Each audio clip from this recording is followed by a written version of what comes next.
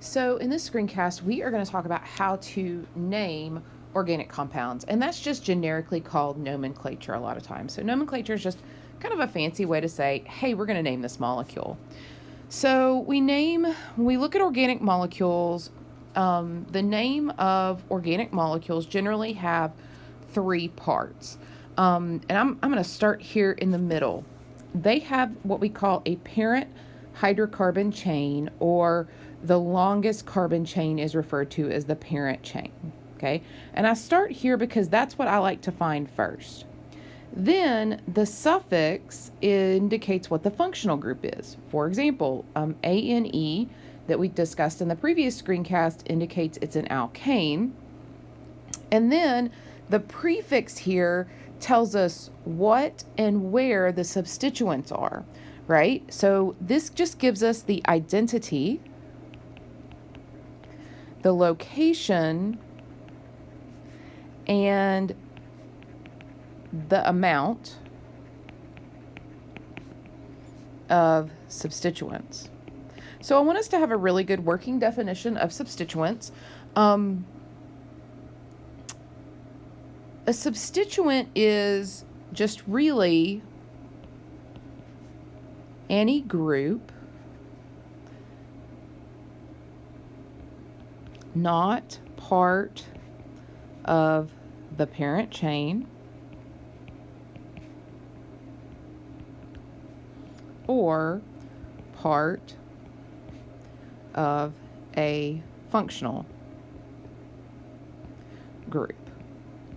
Okay, so when we talk about this, the first substituents that we are going to encounter are alkyl groups. So we can have alkyl groups, right, which are just carbon substituents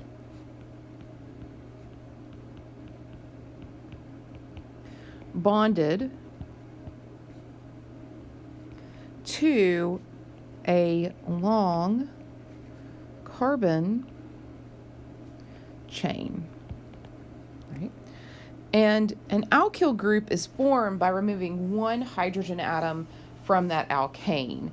To name an alkyl group, you use the same prefix to indicate the number of carbons, but the suffix is no longer ANE, it is YL. So you use the same prefix for the number of carbons, but the suffix, instead of being ANE, is YL, okay? And so that means, for example, if we have Ch04, that name is methane, but if it's attached to a long parent hydrocarbon chain, right? So let's say you have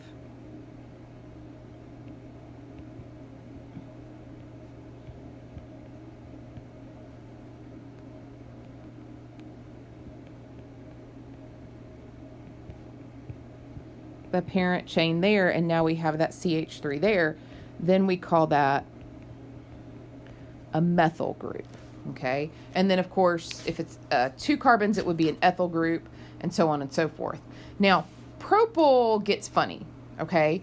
Because when you have 3 and 4 carbon alkyl groups, they just get more complicated because the parent hydrocarbons have more than one type of hydrogen atom. So, for example, if we look at propane, it has both primary and secondary hydrogen atoms. And so the removal of each of these hydrogen atoms forms a different alkyl group with a different name. And so, for example, if here's your parent hydrocarbon chain, and here are 3 atoms, and they're all in a row, that's called propyl. Here, right, it's called isopropyl, where we have this CH here and then a CH3 and a CH3. And the way I remember this is isopropyl because I think of that little carbon as being really isolated. And so that helps me remember it. When we have 4 carbon alkyl groups, then we can have even more different substituents. So if it's a straight chain like this, it's called a butyl group. If we have the parent hydrocarbon chain and it's attached to the second carbon, it's called sec-butyl, okay? If it's, and so I remember that because it's the second carbon and sec, so sec-butyl. If it's attached to the third carbon, it's isobutyl. And then if it's attached to the fourth carbon, it's tert-butyl, which sometimes is abbreviated as T-butyl. And I remember that because this looks a little bit like a T, okay? And that's a T shape. So, let's talk about the steps to name hydrocarbon, okay? So the first step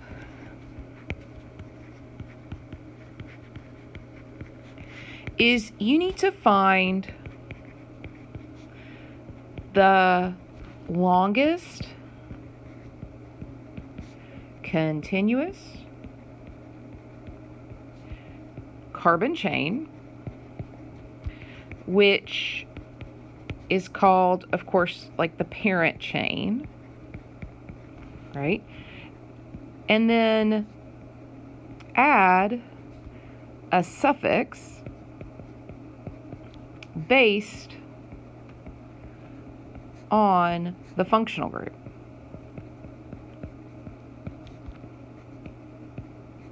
So we haven't learned any of our suffixes yet. So right now, all we are going to be dealing with are alkanes, and those as their suffix are going to have ane. So how do we do this? I think it's very helpful to highlight. So what we're going to do here is we're going to walk through all the steps, and then at the end, I'm going to show you some examples where we walk through these steps. So I think it's very helpful to highlight or circle the longest chain. Now, the longest chain can go any which way. It doesn't matter if it's straight or it bends. And so you always need to kind of think and count with the longest chain. So 1, 2, 3, 4, 5, 6, 7, 8. That's correct. There are 8 carbons in the longest chain. Now we could also count this way: 1, 2, 3, 4, 5, 6, 7. But that doesn't have the longest chain. This has the longest chain here. So same molecule, we just counted different ways. So you always want to get the longest chain. It does not matter if it is bent or straight. You have to look for the longest chain no matter which way you go. And so, for example, this molecule is the same thing as this molecule, kind of tilted, and this molecule tilted this way. So all of the different ways to tilt that. Now, maybe the burning question in your heart is, Dr. Pierce, what if there are 2 chains that are the same length? Okay. In that case, you want to pick the one with more substituents, right? So look, this molecule here, we could count 2 ways. 1, 2, 3, 4, 5, 6, 7, or 1, 2, 3, 4, 5, 6, 7. The correct way is the one that gives you more substituents, okay? We have 2 substituents here that are off of the parent hydrocarbon chain, and this only has 1 substituent. So, if there are 2 chains of equal length,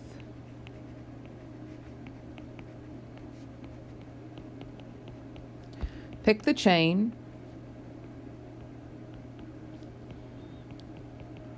with more substituents. Right? Now, we also need to tell the location of these substituents. because, as you can imagine, right, methyl could be here off the second carbon, but we would have a different molecule if the methyl group was here. So, and different molecules have different properties. And so what we do here is we give the location of the substituent a number. So that's the second thing we do, right? Is that we are going to number the atoms in the longest carbon chain to give the first substituent the lowest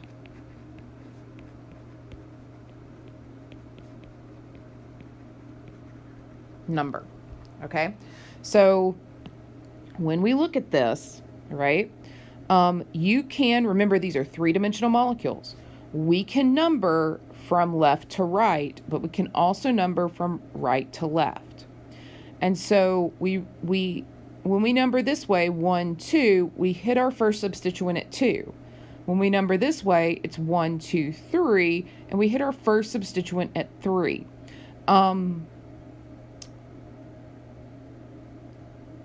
2 is smaller than 3, okay? Now, maybe the question here is, well, Dr. Pierce, what if there is a tie? What if no matter which way we number our substituents, we hit the same number, right? And I'm so glad you asked that question, right? If the first substituent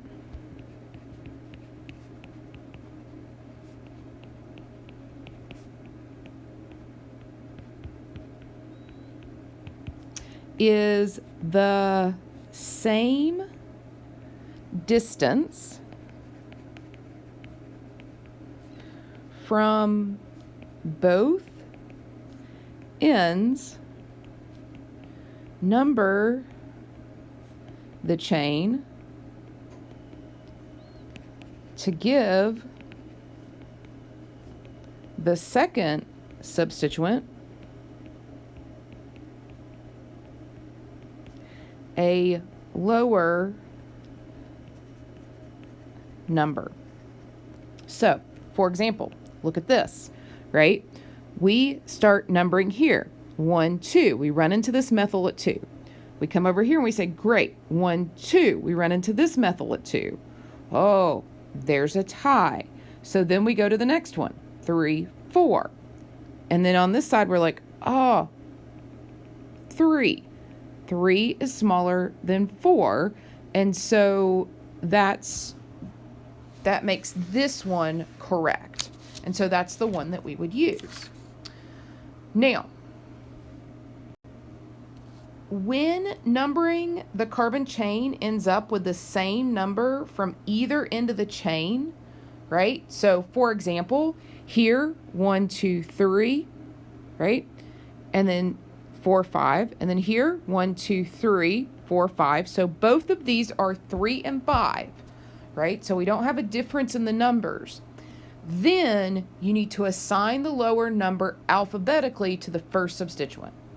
Okay, so if all the numbers tie, then, right, assign the lower number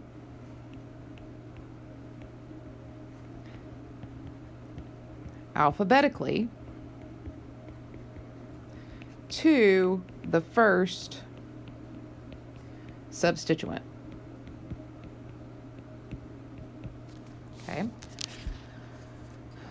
So, in this instance, right, we have an ethyl and a methyl. And here we can see that the ethyl, because it's got the E there, it comes at C3, and then the methyl would come at the 5th carbon. Now, all right. The third step is to name and number the substituents. So once you figure out the best way to number, now you have to kind of put everything together and name it. Okay. So step 3 is to name and number the substituents. Right? So you're going to name the substituent as the alkyl group. Okay. And then you are going to give each substituent its number. Okay. And if there's more than one or more than one identical substituent, so if you have 2 or more identical substituents, right, use prefixes to indicate how many, right? So di would be 2, tri would be 3, tetra would be 4, and so on and so forth, right? So generally you don't get above tetra, but penta would come next, okay? So I want us to look at how we would name this. We're going to go to the next slide here, right? And step 4 is that you combine the substituent name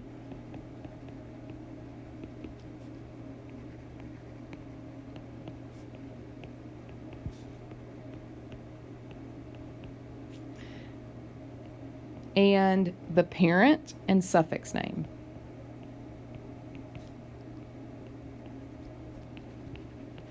Now, I want to emphasize something really quickly here.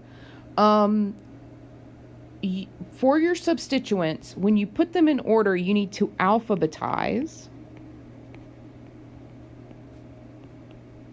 the names of the substituents.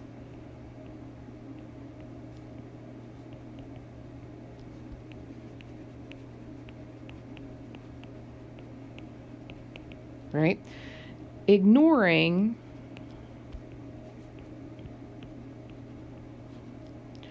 all the prefixes except iso. So, like, for example, like isopropyl or isobutyl. So when I'm talking about you're ignoring the prefixes there, we are ignoring the di and the tri and those types of things, okay? And the number then goes before the prefix, the substituent. So look at this, for example, right? When we look at this, what we see here is that 8 carbons are in the longest chain. That name is octane, okay? There's the parent. It's oct because of 8, and the suffix is ane because this is an alkane. We look at our substituents, and we have 2 methyls. We've got one at carbon 2 and carbon 6. So this is 2,6-dimethyl. And then we have one here at ethyl, and that's 5-ethyl. So we would name this as 5-ethyl 2,6-dimethyl octane. When we look at this, it's important to notice that we are going to separate numbers by commas, right? And then we separate numbers from letters by hyphens, okay? So if we come here, we separate numbers by commas and separate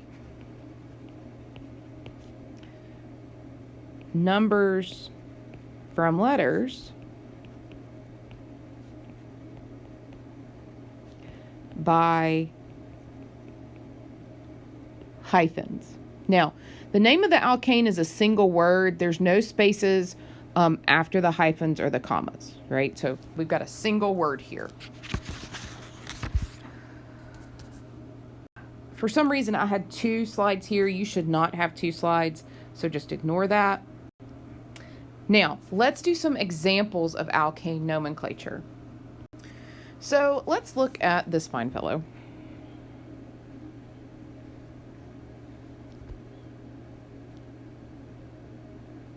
Okay. The first thing we're going to do is find the longest hydrocarbon chain. So when I come here, I say, okay, there's 1, 2, 3, 4, 5. When I count other ways, 1, 2, 3, 4, that gives me 4. And this way, 1, 2, 3, that's smaller than 5. And then 1, 2, 3, 4. So that's 4 as well. So 5 is my longest chain. And so I come down here and I say, that's great, right? We're going to give that the name pent. And then we are going to look and see that there's no functional groups. And so I'm going to go ahead and call that pentane. Okay. Now I need to figure out which way to count. I can count this way. 1, 2, 3, and that's where I run into my first substituent. Now, at this stage, I could keep counting, but that just generally wastes time. And we want to save all the time we can on an exam. And so now I'm going to come over here and count this way. 1, 2. Okay, so 2 is smaller, so that's the way I need to count. So I'm going to come over here to 3. Now I'm going to stop there because I don't have any other substituents, right? So I don't need those numbers. If it makes you feel better to keep going, by all means, keep going. But I like to do that.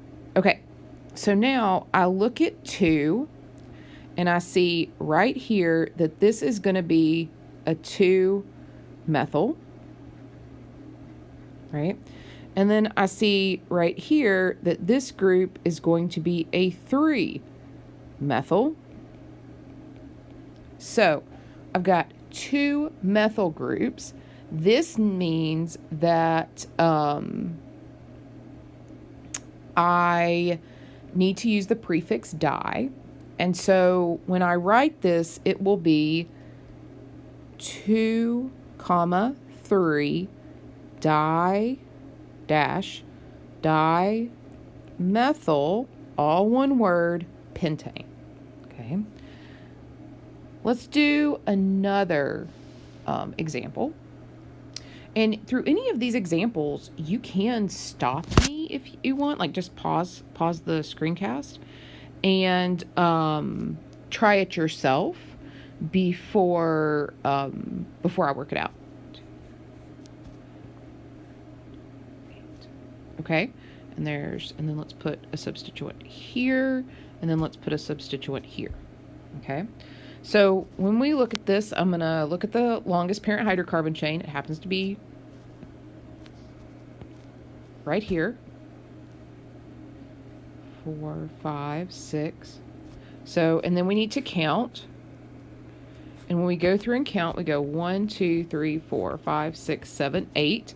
And so that tells us the name here is octane. Now, we have 2 substituents, and so we can come here and count this way. 1, 2, 3, 4. And then we can come here and count this way. 1, 2, 3, 4. Now we have a tie because if we go over here, that's at 5, and if we come over here, that's at 5. And so now we need to look and see if there's a difference in how these are alphabetically. So this substituent is a methyl,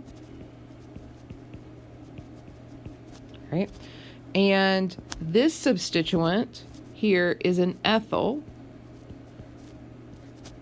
So that means that we need to use the blue numbering here to give alphabetically the ethyl the first place, okay? So this then would be 4-ethyl dash 5-methyl octane, Okay. Let's do another one.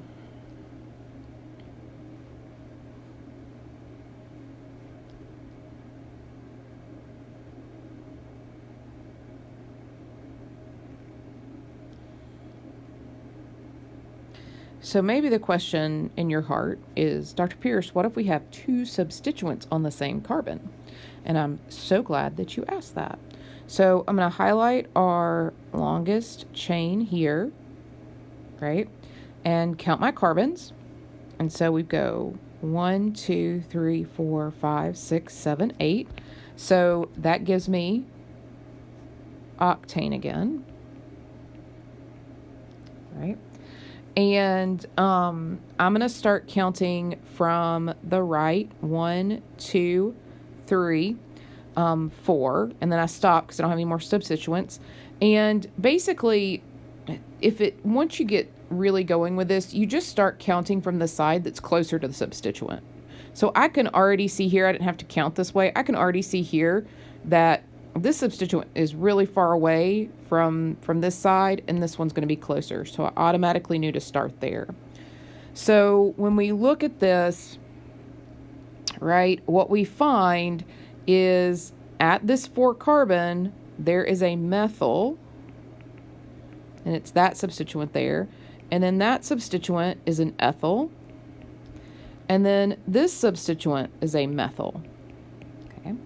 So what we do is we put these in alphabetical order, where we would say, okay, right, we have E but comes before M, so it would be 4 ethyl. And then we have a methyl at 3, and we have a methyl at 4, but we've got 2 of them, so we say dimethyl octane.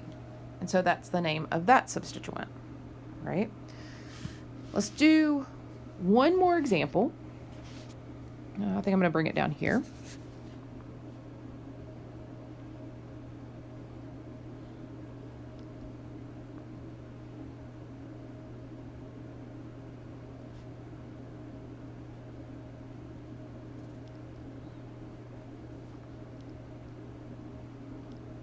Okay.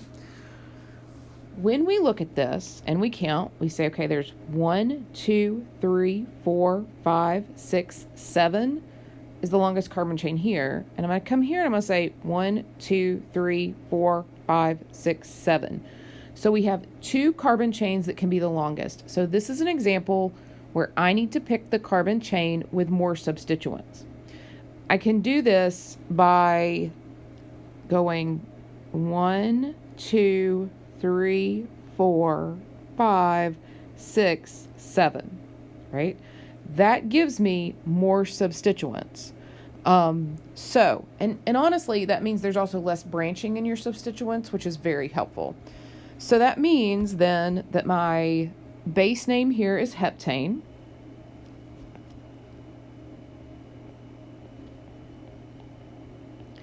And I need to name and number my substituents. So I can already see that this substituent is closer to this side. 1, 2, 3, 4, 5. If I number this way, it's 1, 2, 3. Okay. So 1, 2, 3, 4, 5. And so when I name my substituents, right, this is a methyl group here. This is a methyl group there, and I've messed up my name, so just with my spacing. So I'm going to move that down, and we'll redo it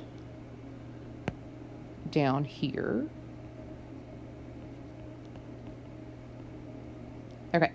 Then this right here is a methyl, right? And then this substituent has 3, and so that means it's going to be a propyl. And it's 3 in a straight line, so it's not isopropyl. And so now we say, okay, I have 3 methyls, and when I think about the first letter, M comes before P, so I'm going to list those out. One is at the 2, one is at the 3, and then one is at the 5. There are 3 of them, so we say, look, that's trimethyl and then we do a dash for dash propyl heptane, all one word. So there's some examples for how we are going to name these alkanes. Now, maybe the burning question in your heart is, hey, what do we do with cycloalkanes?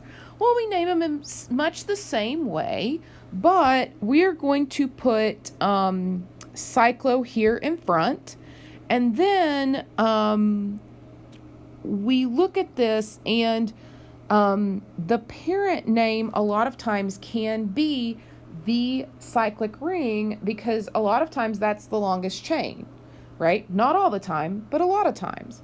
So, for example, the parent hydrocarbon chain here, the longest chain is part of the ring. And so there's 6 carbons in the ring, so it's going to be cyclohexane. That is the parent hydrocarbon chain. So step 1 is just the same. You find the parent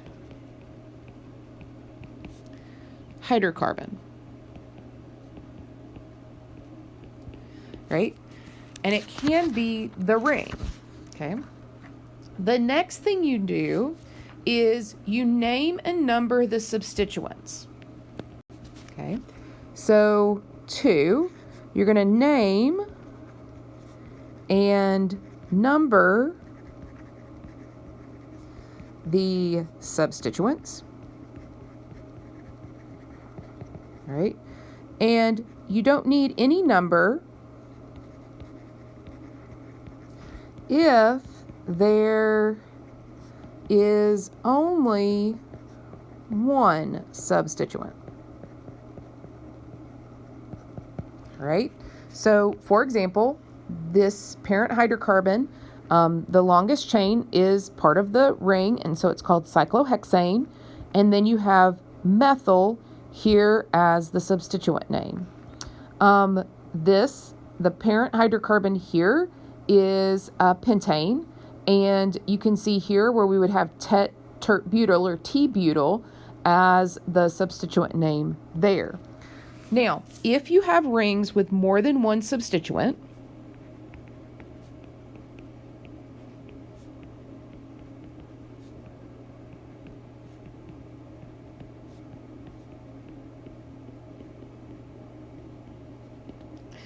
begin numbering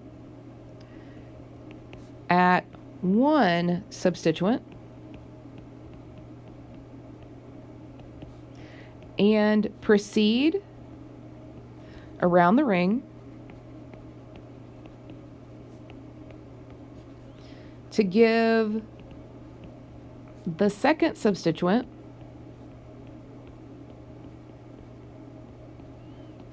the lowest number. Okay, so what do I mean by that? So when we look at this, we are going to start at one substituent here. So these are both methyls. And we're going to say, okay, great. There's 1, 2, 3.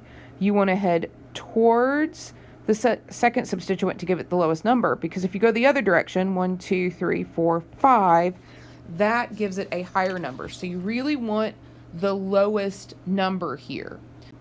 Now, both of these substituents are methyls, right? So we would name this compound 1,3-dimethyl cyclohexane here. And so maybe the question is, look, Dr. Pierce, what happens if the two substituents have different names? Which one do I choose to give number 1 to, right? And so when you have two different substituents,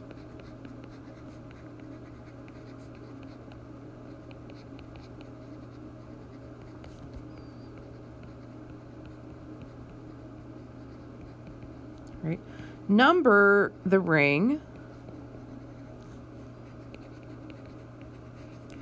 to assign